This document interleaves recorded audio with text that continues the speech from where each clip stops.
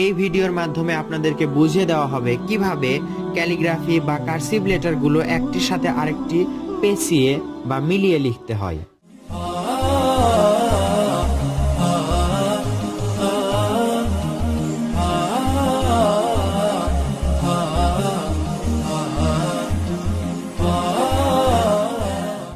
এখানে প্রথমে দেখতে পাচ্ছেন কার্সিভ লেটারে আলহামদুলিল্লাহ।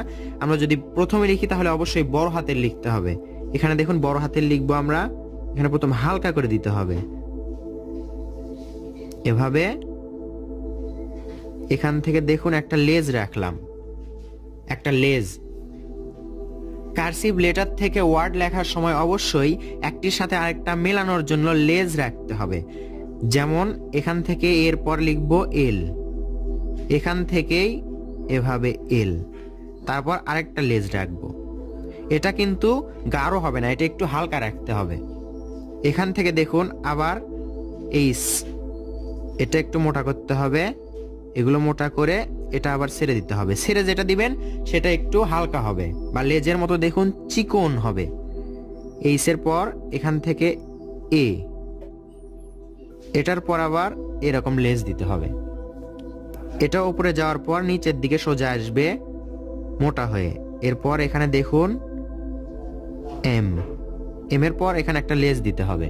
লেজটা আপনি উপরেও দিতে পারেন এইভাবে। এখানে ডি, ডি লেখার পর এখানে দেখুন এভাবে লেজ দিতে হবে। আমাদের প্রথমেই এরকম করে সুন্দর করে দ্রুত লেখা হবে না, আমাদের প্রথমে অনুশীলন করতে হবে স্লোলি।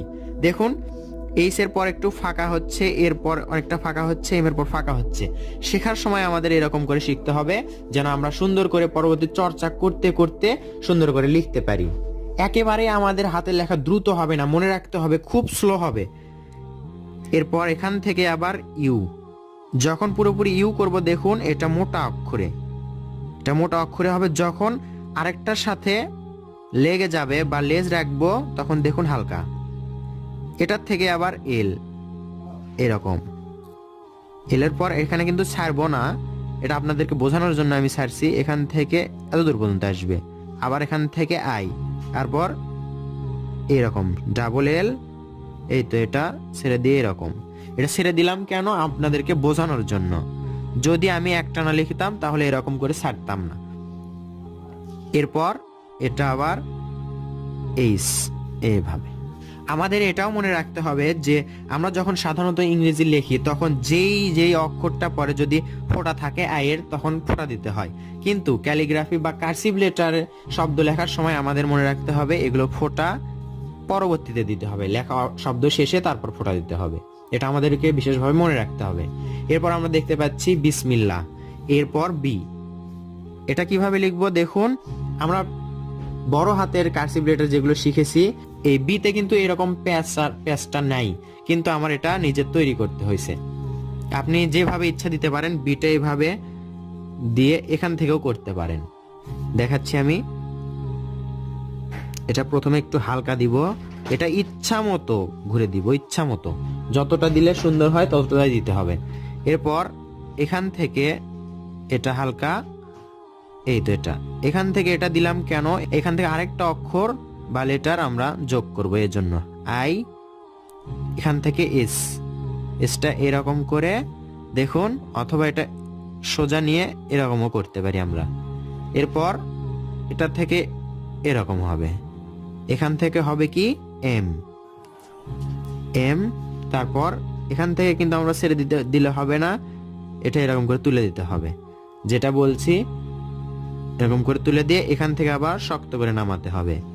আই ডাবল এল, দেখুন এটা হালকা, এক পাশেরটা গাঢ়, ডাবল এল। এখান থেকে আবার ছেড়ে দিয়ে দেখুন এভাবে এ এইস, এটা আবার একটু এভাবে, তাহলে আয়ের এখানে ফোঁটা হচ্ছে। মূল কথা, আমরা যত বেশি প্র্যাকটিস করব ততই সুন্দর হবে।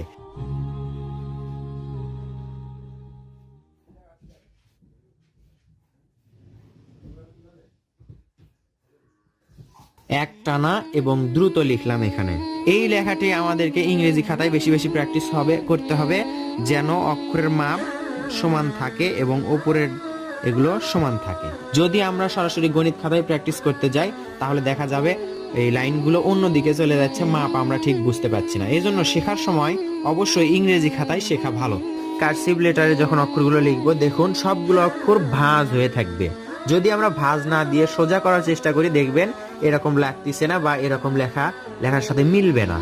এভাবেই কার্সিভ লেটারগুলো দিয়ে শব্দ এবং বাক্য তৈরি করুন। ভিডিওটি হয়তো বা আপনাদের কিছু হলেও উপকারে আসবে। হাতের লেখা সুন্দর রাখুন, আমাদের চ্যানেলটি সাবস্ক্রাইব করুন। ইনশাআল্লাহ দেখা হবে নতুন ভিডিওতে। আসসালামু আলাইকুম।